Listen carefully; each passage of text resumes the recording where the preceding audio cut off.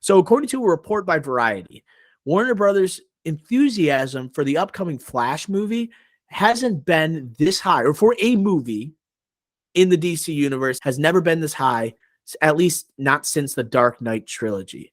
High praise, especially for a movie that's coming out a year after the Batman, which garnered insane critical praise and seemed like the Batman character was back on track, the most coveted character probably in Warner Brothers catalog. I think I should also mention here, this goes with it's the Variety report. The studio is returning to the Super Bowl with a commercial after a 17-year absence. All right, so it's showing the belief in that film, right? That or that this film needs to make money. It could be that as well. Some Warner Brothers Discovery execs are open to continuing with Ezra Miller as the Flash, as they have kept themselves out of trouble since starting mental health treatment. This goes in the same article. James Gunn also confirms that him and Peter Safran's planned DC slate covers a decade or 8 to 10 years, and some of it is going to be announced this month, January 2023. I want to start here, Ricky Flex, because that's a lot of miscellaneous news in the DC universe. But the big thing here is, to me, is Ezra Miller, all right, Flash, screening well with DC execs. We had the story about a month ago. Gal Gadot not getting Wonder Woman 3, Henry Cavill out as Superman, Black Adam, The Rock reportedly out of the future plans for the DC studios. Maybe it comes back in a multiverse type film, but all these characters, Momoa reportedly out as Aquaman. It's assumed that Zach Levi is going to be out as Shazam. Out of all those actors, right, Ezra Miller is the one that potentially may stick around. I don't know if I'm buying the hype that this movie is trying to sell. It has trying to garner, I guess, audience attraction and trying to target box office ticket sales. But what do you think about the idea of James Gunn holding on to Ezra Miller for the future of DC? This is absurd. Yeah, he's getting mental health treatment. So what? This man has done enough to ruin his reputation, if not forever, at least for the short to medium term, with a movie coming out in June. And you get rid of Gal Gadot, who, not the greatest actress, but looks exactly like Wonder Woman. I still support the decision. You get rid of Henry Cavill, who's done nothing but support DC, came in for a cameo in Black Adam. But you keep Ezra Miller? So you're saying if you put out quality, because they're saying this movie is the best thing since the Dark Knight trilogy. So you put out quality, that means quality means more than your actions. You're saying that, like, similar to sports, like with an athlete with off the field issues. You're saying like the Cowboys, they always do this. Like, you're picking talent over the potential off the field issues and the already large baggage they carry. And I'm telling you right now, with that sports analogy, they better perform on the field. This movie better be good. It must be good. It must be the best DC project easily since The Dark Knight in order for this to be an acceptable move. So if they get this wrong, if this movie this can't just be a good movie. This has to blow people away.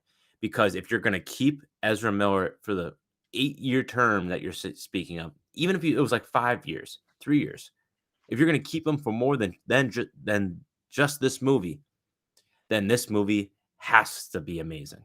There's nothing short of that, or else it's a disastrous PR move. It already is a little bit, and it's disastrous look for your studio that you just gotten 2 new heads of, and this is your first move to do.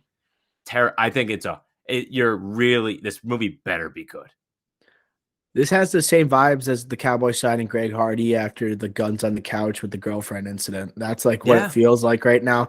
And it seems like a gamble if you keep Ezra Miller. But this is like the first news coming from DC since Peter Safran and James Gunn took over DC Studios that I'm starting that I question, that I don't like what I'm hearing. Because everything else I was on board with. As much as I like Henry Cavill as Superman, it was time for a clean slate.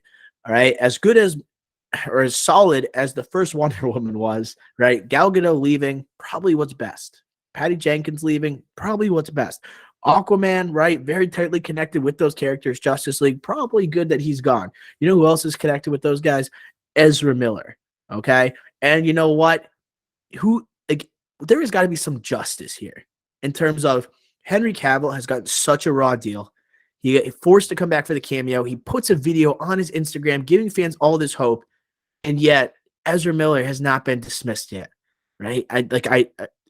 This is bananas to me, and I think it's beyond disrespectful. And to me, it doesn't even first of all, also before I get to the expectations for this movie, fans have been on James Gunn's back, right, after these decisions. We know how loyal the DC Hive is to the Snyderverse and what was created. And to have this one part of the Snyderverse that remains potentially going into the future, and they said it might not be a hard reset, it could be like a soft reset, similar to what he did, James Gunn, with the Suicide Squad. It's got to be a hard reset, or else I can't be fully on board with what he's doing. And this movie can be, if it might be the best movie since The Dark Knight. I don't believe it is. I don't think anyone's going to watch it and think that. Dark Knight is on a different level. And I don't think it'll surpass The Batman, because that was my favorite movie of 2022. It's going to be hard to say, at the end of 2023, The Flash was my favorite movie of the year. Doubt it. You just can't have this menace back. He's a menace. And you trust this guy after, he got arrested 3 months ago, and they're happy how the mental health treatment is going. That doesn't mean someone he won't act up again. It's simply proven you cannot trust this person. It's not fair to so many people that invested so much and did the right thing, conducted themselves the right way. And yet when this hard reset you presume is happening, you might keep this guy. There's better options. It's not like Ezra Miller's going to be in this movie and everyone's going to be do a full 180 and say, oh my God, I love Ezra Miller. No one's going to freaking say that. Imagine someone cuts that up from the podcast. Oh my God. No one's going to say that after, no matter how good this movie is. No matter how, let's say this movie's amazing and you're in the theater watching it. That dark cloud is still hovering over the screen. You aren't going to forget about that's Ezra Miller. He's a menace to society. So no matter how good this movie is, that is your thinking. So that already hurts you. And that's a casting decision. That has an effect on your viewing experience, thus how good your movie is. So if you're going to keep him in your franchise moving forward, you have that black cloud following you every movie he's in. Yes, maybe it diminishes as he does more mental health treatment, and every year goes by, time helps. But guess what? I will always remember, and I know a lot more people will always remember. And guess what? Ezra Miller isn't the second coming of a Leonardo DiCaprio or a Christian Bale or whatever. We could do someone else and be just fine, just like they're going with a new Superman, the biggest comic book character of all time. Just like we're doing a new character for Wonder Woman, even though Gal Gadot is probably the best on-screen depiction looking of a Wonder Woman ever. We could do better. We're moving on. We could do the same thing with an Ezra Miller. It's crazy. It's also continuing the disruption of DC, even with two people, Peter Safran and James Gunn, who we have full faith in, but not the complete reset like we would have loved to see for a clear, cohesive vision, like you mentioned earlier. I'm looking at his IMDb right now. He's got nothing on the docket. Nothing's coming up in the future. Everyone views this guy as toxic. They can't do it. You recast Superman, everything's got to be reset. I don't want to Flash that I have any association with the Snyderverse. It isn't even about the Snyderverse anymore. It's just doing what's right, and this can't be good for the studio. There's got to be better options to play the Flash. My last thing I'll say on this, which makes me nervous, is that James Gunn's great on Twitter. And there's been a lot of rumors about DC Studios that have been false. And James Gunn hilariously says not true, or bad reporting or something like that. He hasn't done anything of that nature. Doesn't acknowledge with it. These rumors. And I'm not saying he should do something or should not, but not acknowledging it, that doesn't help, because we're talking about it on this podcast. Because we live on movie Twitter, the trends are always on my Twitter that says fire James Gunn. Every single day it says fire James Gunn. And I feel like you're right. if there's some truth to this if he's not commenting on it.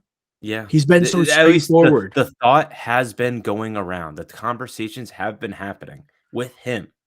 It's Yeah. like basically confirmed if he hasn't said anything, but he's saying confirming or not confirming other rumors on Twitter, but nothing to this one.